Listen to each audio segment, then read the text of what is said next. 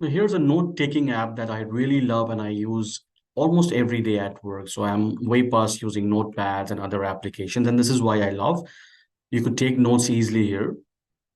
So you could use different colors, you could format, you could take notes, you could draw diagrams, and you could choose the sloppiness to give it a hand-drawn feeling.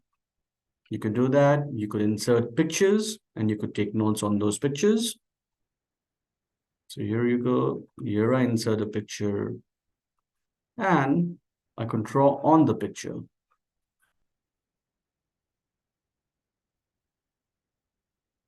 And you could export everything.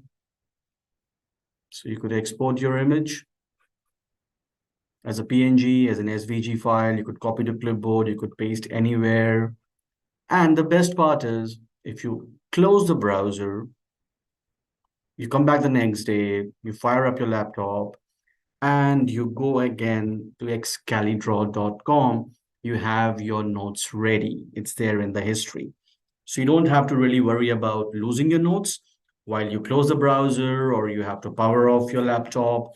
It's going to be there till you actually go ahead and delete everything.